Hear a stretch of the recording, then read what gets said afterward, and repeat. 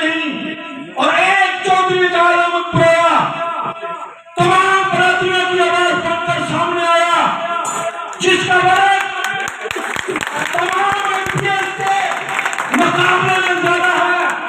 Doctor Nisar Ahmad चूमा से ज्यादा मेहनत चौधरी का आलम पुराया ने की है। आदर में शीर चटा जिसको हल्का में किसी ने देखा नहीं है, आज वो कहते हैं हमें टिकट दो।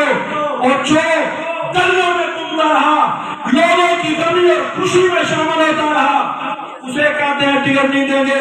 मैं सिर्फ और मैं यहाँ ये भी कहना नहीं समझता हूँ, जिसे टिकट दी गई है उसे भी कोई नहीं जानता। लोग पूछते हैं वो जनाब कौन है, पैराशूटर को टिकट दिया गया। तो क्या जो तमाम बरातियों का नुमाइंदा है उसका इलेक्शन लड़ने का हक नहीं?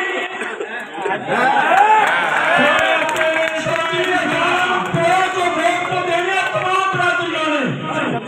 और मैं ये अपना ख्याल पेश कर रहा हूँ कि इस हल्का में ये रीत खत्म होनी चाहिए। इंशाअल्लाह टिकट सिर्फ चट्टा बरादरी को मिलेगी।